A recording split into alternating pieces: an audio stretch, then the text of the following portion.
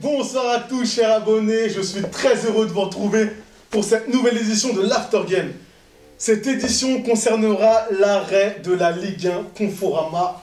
La question est la suivante. Était-ce une bonne idée? Quand des pays comme l'Allemagne, l'Espagne, l'Italie ou encore l'Angleterre vont reprendre ou ont repris la compétition, on voit que la France, le titre a été remis, à l'instar d'un pays comme la Belgique. Le Luxembourg, lui, à l'instar d'un pays comme la Hollande, a lui arrêté complètement la compétition et n'a pas remis de titre, donc il n'y a pas de relégation et de vainqueur du championnat. Pour commencer, j'aimerais qu'on élargisse bien le spectre de la question en parlant des conséquences négatives et positives de cette décision. Young Steph. La question c'était est-ce que c'était la bonne décision d'arrêter la Ligue 1? Moi je pense que c'était pas forcément la bonne décision. La bonne décision en tout cas c'était de la suspendre, c'est-à-dire de la garder toujours quelque part, de la garder en vie. Et le fait de l'arrêter comme ça... Pourquoi de la suspendre? C'est-à-dire d'attendre? Voilà, d'attendre et de voir. D'attendre et de voir comme les 4 autres grands championnats l'ont fait. Et je trouve qu'on l'a arrêté prématurément et on verra quelles seront les conséquences par la suite de tout ça. Mais en tout cas, moi je pense que c'était pas forcément la bonne décision d'arrêter. La bonne décision c'était de la suspendre et de rester voilà, comme ça. En tout cas, d'attendre un peu de voir ce qui se passe. Ce qui est sûr, c'est que ça aura des conséquences financières pour notamment les droits télé. Clairement. Qui seront touchés et qui aura été touché, même si le championnat de la Ligue 1 Conforama aurait repris à huis clos, il y aurait eu des conséquences, mais là, c'est la pire des situations, en tout cas financièrement. Joe, peut-être? Ouais, moi je suis un peu partagé. Alors je vous avoue que je suis quand même plus favorable au fait que ça soit arrêté. Voilà, pour des raisons sanitaires. Moi, il y a plusieurs choses qui rentrent dans la balance. Pourquoi je suis plutôt favorable? Je vais penser en fait égoïstement à l'état de notre championnat. On avait un premier qui était nous, où nous il y avait très peu d'enjeux. Donc pour moi c'est déjà en fait une chose qui fait que, ok, j'aurais préféré voir des matchs de foot, je suis comme vous tous, on aurait voulu kiffer, regarder des matchs, mais nous, en termes d'enjeux, il n'y avait pas grand chose sportivement parlant. Notre dauphin, voilà, on a beau pas les aimer, mais même pour eux, ils s'étaient relativement démarqués. Donc dans l'enjeu sportif, il n'était pas fou et il ne faut pas oublier, encore une fois, qu'il y a un contexte sanitaire. Donc pour moi, pour ça, voilà, ça c'est quelque chose qui me... Personnellement, c'est quelque chose qui me gênait moins sur le fait qu'on a arrêté le championnat. Donc si je devrais répondre en fait sur cette question juste sur la Ligue 1, je te répondrai de cette manière-là. Après, il y a d'autres choses qui rentrent en compte, sur lesquelles on va pouvoir développer aussi, c'est sur l'aspect Ligue des Champions, sur l'aspect rythme, etc. Mais par contre, sur l'aspect purement sanitaire, moi, voilà, je suis pas choqué. Onip, qu'est-ce que t'en penses? Bah écoute, moi, me concernant, moi je suis content que ça soit fini. Parce que comme je le rejoins sur ce côté-là, avec Joe, à l'aspect sanitaire, valait mieux arrêter.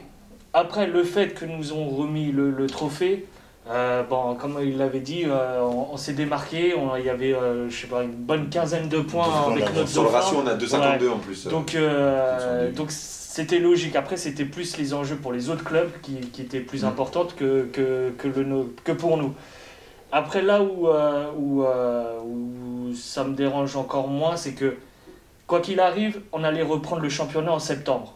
La question est, est-ce qu'on devait le finir, enfin le terminer, quoi qu'il arrive, cette saison, et reprendre une nouvelle saison en septembre, ou empiétrer ou à partir de septembre, empiétrer sur 2 saisons consécutives. Là, ça allait être plus compliqué là-dessus. Donc, il me paraît logique d'arrêter, quoi qu'il arrive, là, de cette saison, et recommencer une autre en septembre, et après, à eux d'en décider ceux qui doivent descendre et ceux qui doivent monter. Mais moi, ça me choque pas du tout, vu le contexte. Et après, en septembre, on commencera une autre saison. Après, comme il dit, la Ligue des Champions, pour moi, ça me dérange un peu plus. On va en parler. Mais voilà. Après, mais avant ça, en tout cas, la Ligue 1, non, pas du tout. Moi, ça me ni chaud ni froid. J'aurais une question pour vous deux, et notamment par rapport à la Ligue 1. Il y a un pays comme l'Angleterre en première ligue. Donc on a des clubs comme Liverpool qui est toujours premier à plus de 25 points sur son dauphin. À 25 points. pour être plus précis. Et il était hors de question de donner le titre à Liverpool ou même d'arrêter le championnat de la Première Ligue. Et je pense que tout ça concerne aussi l'intégrité aussi d'un championnat. Parce que le fait d'arrêter un championnat et de délivrer un titre comme ça, est-ce que ça ne met pas un coup à l'intégrité de la Ligue 1 qu'on critique tant, quand on dit que oui, mais Paris a du mal en Ligue des Champions parce que en Ligue 1, le niveau n'est pas là. Est-ce que c'est pas... Est-ce que vous trouvez ça normal de donner un titre? Tu vois, je parle pas forcément d'arrêter une compétition ou pas, mais de donner un titre comme ça. Moi, je te dirais que oui, parce que là dans le spectre, dans la question, la manière où tu la poses, tu parles en fait limite dans un contexte classique. Là, on a un contexte sanitaire qui fait que tu as une décision à prendre. Moi, par exemple, je vais te dire, les personnes, à contrario de ce que tu as dit, les championnats sur lesquels en fait on fait saison blanche, moi je trouve que c'est la saison blanche qui est irrespectueuse. Pourquoi? Parce que tu as des supporters, tu as des gens qui sont déplacés, tu as des gens qui ont acheté des maillots, tu as des buts qui ont été marqués et tu fais en sorte que ça n'existe pas. Moi, ceux qui arrêtent, qui n'ont donné aucune logique sportive, moi c'est ça que je condamne le plus. Après, je peux comprendre que tu fasses un ratio de points, etc. Et bien évidemment, il y a un problème d'équité, je peux le comprendre. Mais je pense pas que ça parle en fait, c'est pas une question de niveau, c'est une question de on a voulu trancher pour un aspect sanitaire. D'intégrité surtout. D'intégrité. D'intégrité de ta compétition. Parce que finalement, si tu as de la valeur pour ta compétition, tu permets pas un scénario pareil. Exact. Et je suis d'accord avec toi sur le fait quand tu dis que oui, mais annuler viendrait à dire que tout ce qu'on a fait auparavant ne servait à rien. Mais c'est la situation qui veut ça aussi. Parce que le fait que tu donnes un vainqueur sur une photographie, c'est-à-dire à un moment donné, alors que ce n'est pas le moment naturel de la fin d'un championnat, là il y a des désavantages aussi pour les équipes. Exact. Notamment celles qui vont descendre ou celles qui n'auront pas de compétition européenne la saison d'après. Il y a des conséquences financières, parce qu'on dit souvent que le foot c'est un jeu. Non, ça n'est pas qu'un jeu. Sans parler du ballon, il y a énormément de corps de métier qui sont impliqués dans le fait que 11 joueurs affrontent 11 joueurs sur un rectangle vert. Mais tu sais, ce qui est intéressant dans ce que tu dis, c'est qu'on pourrait faire un parallèle avec une société. C'est comme si tu me disais une société qui a fait son chiffre d'affaires sur un an, elle s'arrête au bout de 9 mois et tu lui dis non, on va attendre d'aller au bout alors que tu sais que ça va être biaisé ou non, on va faire comme si c'était une saison blanche. Ça peut pas se faire. Comme on a une situation... les sociétés, elles continuent. Hein. Non, mais ce que je veux dire par là, c'est comme tu as une situation... Au final, ce qui va compter, c'est le bilan en fait du moment. Enfin, je comprends totalement, mais je vois pas si tu veux respecter en fait l'aspect sanitaire, et c'est un choix. Moi, je comprends le choix de l'Angleterre, mais je comprends notre choix où on se dit, bah écoutez les gars, mine de rien, vous avez fait un nombre de journées qui est quand même de 28, et certes, on pouvait dire qu'il y a un sprint final et que ça joue, mais mine de rien, tu as quand même fait une bonne partie du chemin, on fait une règle qui est assez commune, donc moi personnellement, en tout cas, ça ne m'a pas choqué, et je pense pas, même si je peux te rejoindre, je peux comprendre qu'on choisisse les chemins, que ça soit une question de niveau. Et j'aurais été Lyon, je me serais plaint pareil. Je serais un président où tu joues, je me serais plaint pareil. Maintenant, j'avoue que je regarde le haut du tableau et tu vois que les enjeux sont bien différents que le championnat aussi anglais. Il y a des droits, il y a de l'économie qui est encore un peu plus puissante, qui font que... Mais je pense que c'est beaucoup plus lié aussi de l'économie pour les Anglais, parce que les droits télé sont beaucoup plus... On peut parler aussi de... Et ça va être la deuxième partie, hein, Oni, il voulait rajouter quelque chose. Mais ça va être la deuxième partie de l'after game, on va parler de la Ligue des Champions, parce qu'il n'y a pas que l'Angleterre. Les 5 pays que j'ai mentionnés en début d'after game sont eux tous impliqués bien sûr en Ligue des Champions justement, comme la France, mais on est les seuls à avoir arrêté notre championnat de Ligue 1 Conforama. Donc, qu'est-ce qu'il faut dire? Est-ce que la seule personne à avoir pris cette décision a raison? Ce qui est possible, hein, souvent, c'est pas parce qu'on est seul qu'on a tort. Ou est-ce qu'on doit se dire, oui, mais si eux, ils ont tous pris la décision de continuer, finalement, c'est qu'on se trompe? Moi, je vous pose la question. Je pense que les deux logiques peuvent se tenir. Moi, de toute façon, quoi qu'il arrive, comme a décidé le gouvernement, c'est quoi qu'il arrive, en septembre, on devait reprendre notre championnat. Donc, c'est même pas les clubs qui ont décidé ou la Ligue 1 ou les instances de la Ligue 1.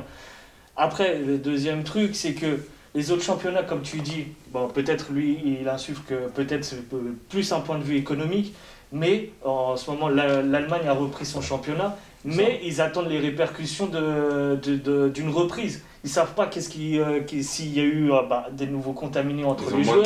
Ils ont là, l'Angleterre et l'Italie avaient plus de cas que nous. Tout le monde plus de cas que nous. Ouais. Et là aujourd'hui, l'Allemagne a repris son championnat, mais tout le monde a regardé l'Allemagne pour essayer de récupérer ce qui est bon, ce qui est mauvais, ou voir peut-être si 2 semaines il y a un nouveau pic de contamination où là, de nouveau, ils vont devoir se reconfiner ou arrêter le championnat ou peu importe. Là, ce qui est bien, moi, ce que je trouve qui est bien de notre côté, enfin, nous concernant, c'est qu'au moins la décision est prise et il n'y aura pas de risque de revenir en arrière ou ci ou ça. Non, c'est fini. Tant pis pour ceux qui n'ont pas pris au sérieux le début de saison. Ils ont qu'à travailler en début de saison.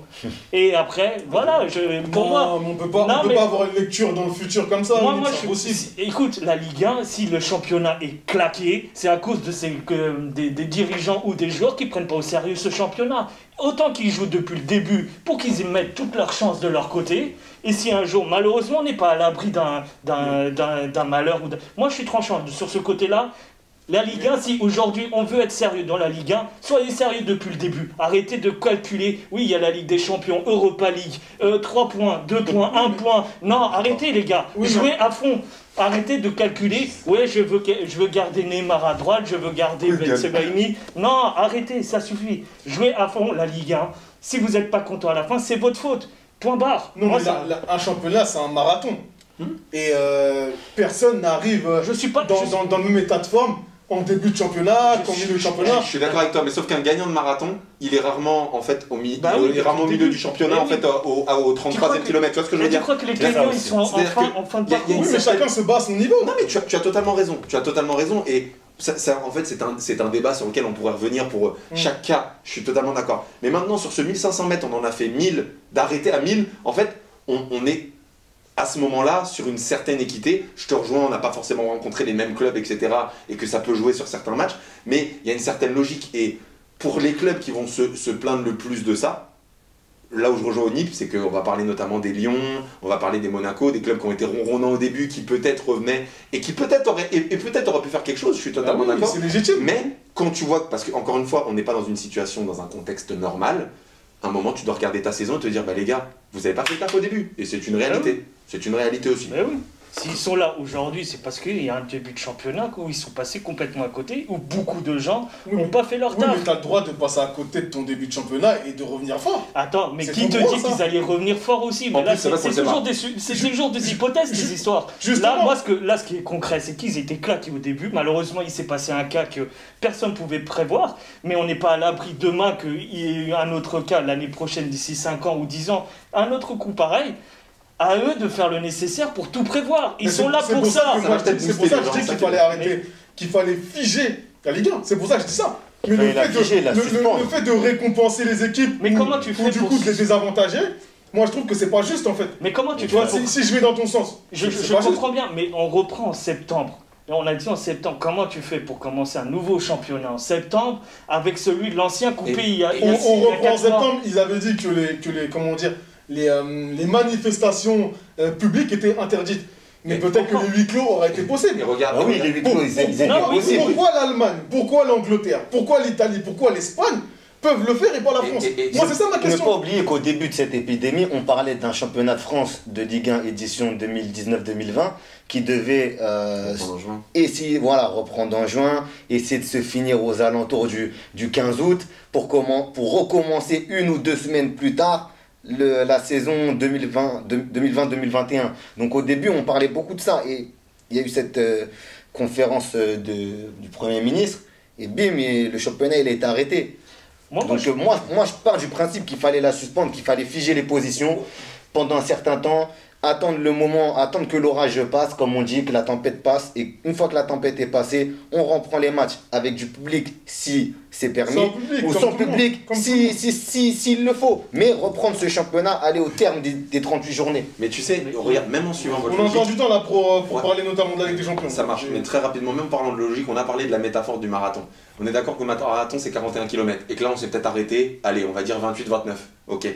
Le fait de suspendre le championnat et de le reprendre, C'est comme si, j'exagère un peu, mais t'arrêtes ton marathon puis tu dis les mecs vous faites 10 km. En fait, à partir du moment où les règles de base ne sont plus les mêmes, même la récupération, il y a même un joueur, je sais plus qui, le genre de Monaco, où les mecs tapaient des barres en disant c'est le seul mec qui a pris 6 mois mais qui pourrait rejouer. Suarez qui aurait pu en fait revenir. T'as plein de choses en fait qui changent les paramètres. Les petites équipes auraient peut-être, et c'est une supposition, peut-être été avantagées parce que je suis d'accord. En général, les grands clubs qui ont plus de turnover sur la fin on arrive à être un peu plus forts parce qu'ils peuvent avoir du turnover. Là, les petites équipes, elles auraient peut-être eu du repos. C'est ce qui leur manque souvent, il leur manque du jus en fait en dernier moment. Donc peut-être que le fait de suspendre, ça n'aide pas. Donc en fait, à partir du moment où les règles sont plus les mêmes, tout est biaisé. Tout est biaisé. Donc pour moi, toutes les solutions sont bonnes. Moi, c'est juste celle que je peux pas entendre, c'est la saison blanche que j'arrive pas à supporter. Mais les anglais ou autres. Et il y a un truc que je voudrais rajouter, après je laisse, c'est aussi les histoires de contrats en fin de juin, les gars. Oui, mais comment tu gères Comment tu gères ça? Ce qu'ils proposent en Angleterre, justement, c'est qu'en fait, il y a la possibilité de prolonger les contrats jusqu'à la fin de la saison effective. C'est-à-dire que si tu décides de finir ta saison, je sais pas, en juillet, par exemple, et ben les contrats ils iraient jusqu'en juillet. Ouais, mais pour et ça c'est possible. Ouais. Ah mais imagine c'est pas pour tout le monde, ça change déjà tout. Mais non mais si, pour toutes les équipes participant au championnat. Ok, mais ça veut dire que ça a un impact, si les Anglais le font, ça aura un impact sur tous les championnats. Donc il faudrait que tout le monde soit d'accord sur ça. Mais à partir du moment. Mais ça veut dire que juillet il n'y a pas de mercato. Non, tu verras qu'il n'y aura pas d'achat. Si en tout cas un club français décide d'acheter un joueur de la Bundesliga, il ne l'aura pas. Le joueur est en train de jouer actuellement. Bah, je voudrais le voir avant. Mais c'est sûr. Et surtout on va être les seuls de toute manière. Mais de toute manière, on va être les seuls. On sait très bien que la Ligue 1, c'est pas le championnat le plus puissant. On fait partie des 5 premiers championnats, mais c'est pas la Ligue 1 qui va dire ah oui, mais nous on joue pas. Des 5 grands championnats, mais on est 5ème position. On est 5ème en fond de cale avec le Portugal. Et on va pas dire. On se bat avec le championnat d'Écosse, portugais, suisse et compagnie pour rester dans le top 5. Et l'Azerbaïdjan. Donc on serait les seuls potentiellement à vouloir acheter ou pas. Avec tout le respect que j'ai pour la Ligue 1 quand même. Mais qu'est-ce que vous en pensez en tout cas de cette décision? Donc on parlait des conséquences en positives ou négatives. Moi je vois plus de négatifs que de positifs. Je vois plus de négatifs que de positifs. Pour la Ligue des Champions notamment, qu'est-ce que vous en pensez? Parce que là, tous les champions... Pour la Ligue des Champions, il faut absolument la terminer. En tant que supporter, il nous tarde de savoir quel sera le dénouement. Si c'est nous ou une autre équipe qui allons la prendre. Et puis ça fait saison blanche si on ne finit pas. Voilà, il y aura un goût d'inachevé. Déjà qu'on a fêté la qualif face à Dortmund à distance avec nos garçons. Donc voilà. Moi, ce qui me préoccupe, c'est l'état de forme de certains garçons. Parce qu'il y en a, on les voit. De l'équipe même. Ouais, de l'équipe même en général. Pour rebondir sur ce que tu dis là. Face à des équipes qui, elles, par exemple, sont dans des championnats à l'heure actuelle suspendus ou qui ont déjà repris ou qui vont reprendre. Quid de tout ça quand on va arriver face à ces équipes-là qui vont nous rentrer dans le là. Ouais, mais regarde, ça va dépendre aussi en fait de quelle gestion on va avoir. Déjà, il y a un premier cas, c'est que nous, notre championnat, il est fini. Ça veut dire que concrètement, on ne va théoriquement pas rencontrer d'équipes de Ligue 1. Tant soit peu que c'est pas arrêté que tu puisses faire des amicaux. Parce qu'au mois de juillet, normalement, tu fais un amical, on sait que ça vaut pas un match officiel. Oui, un match de compétition. Ça vaut pas un match de compétition. Mais après, tu pourras avoir un fraîcheur avec match de préparation, des matchs de préparation que tu peux faire hors France, versus intensité. Et à voir en fait ce qui va peser dans la balance. Je te dis pas que ça va nous avantager forcément, mais ils peuvent, je te dis n'importe quoi, s'ils font, en imaginant que la Champions League, ils la jouent, je dis n'importe quoi, en Corée, et qu'ils nous font rencontrer en fait quelques clubs, Anderlecht et tout, ils les font venir, on prend un peu de niveau sur le mois de juillet, et qu'au final on arrive avec quand même un peu de compétition, tu vois. C'est pas impossible, un peu comme une tournée d'été. Parce que ce qui est problématique, c'est qu'on fasse des choses sur notre sol aujourd'hui. Mais la Ligue des Champions, pour moi, il n'y a pas débat. En fait, je comprendrais même pas qu'on puisse pas l'organiser. Moi, je comprendrais pas, sauf pour cette histoire de contrat. Mais sinon, la mettre dans un pays où il n'y a personne, où il n'y a pas de cas de Covid, tu fais tester les mecs, tu les mets tous sur 3 semaines, je comprendrais pas qu'on puisse pas le faire. À partir de là, à nous de créer un programme où, oui, on va peut-être pas rencontrer des grosses équipes, et encore, c'est pas dit, mais tu peux peut-être aller te faire une tournée américaine, tu peux essayer de trouver des trucs. Moi, je pense qu'on peut essayer de se mettre un peu de niveau. De toute façon, d'après les déclarations d'Alexander Seferin, eh bien, elle va se jouer, cette Ligue des Champions. Oui, il est tient. Et même au détriment des clubs français, donc l'OL qui n'est pas encore qualifié en quart de finale, bien sûr, et le Paris Saint-Germain, même à notre détriment. Par contre, après, il y a la question. Apparemment, notre cher Alexander Seferin aurait dit que les équipes qui sont pas arrivées au bout du championnat devront jouer les barrages. Non, je suis archi pas d'accord avec ça. Pour moi, ça me paraît juste dingue, mais ça rejoindrait ta théorie. Dans le sens de dire, voilà, un championnat qui est arrêté est un championnat biaisé. Mais moi, je pars du principe que si on a décidé qu'il y avait un champion, tu n'as pas à revenir dessus. C'est notre championnat, c'est ce qu'on a décidé. Notre champion, tu ne dois pas remettre en cause la valeur du champion. Voilà. Voilà, l'UEFA chapeaute toutes ces ligues. Qu'est-ce que tu penses de tout ça? Moi, juste un dernier truc, c'est que moi, tu sais que ça fait longtemps que je t'en ai parlé et que je rêverais d'une Ligue des Champions version d'un autre format. Et si on prend ce format-là, mois d'août, comme il l'a suggéré les instances, ça serait mortel. C'est-à-dire que la Ligue des Champions, c'est la grande compétition européenne, c'est même peut-être mondiale. Et donc, moi, ça me paraît logique que ça n'empiètre pas avec des championnats respectifs de chaque club. Moi, il me paraît logique qu'on fait notre championnat, les premiers sont en play-off Champions League, et après, on part pendant un mois et demi de Champions League. Et là, on part dans cette version-là. Bon, c'est dans un autre contexte, bien sûr. Après, j'entends l'histoire qu'on ne travaille pas nos automatismes, même en termes de prépa, c'est pas bon. En termes de prépa, mais j'ai envie de vous dire, est-ce que Neymar a besoin de ça? Oui, Neymar, tous les joueurs ont besoin d'une préparation. Bah oui, tous les joueurs. J'ai envie de dire, est-ce que le Paris Saint-Germain a besoin de ça? Parce que comment on traite cette Ligue 1? Mais comment on traite cette Ligue 1? Je suis désolé, mais on joue avec notre Ligue 1. Mais c'est pas Neymar qui se plaignait au match aller à Dortmund de ne pas avoir joué. Exact, il va avoir des matchs dans les jambes. Il faut des matchs, il faut des matchs, c'est clairement des matchs. Il ne faut pas qu'il fasse une opposition contre les 19, on est d'accord, ça va pas aller, bien sûr. Mais là, les gars, moi je trouve que c'est un bon championnat, mais le fait de l'avoir arrêté, pour moi, c'est pas correct, tu vois.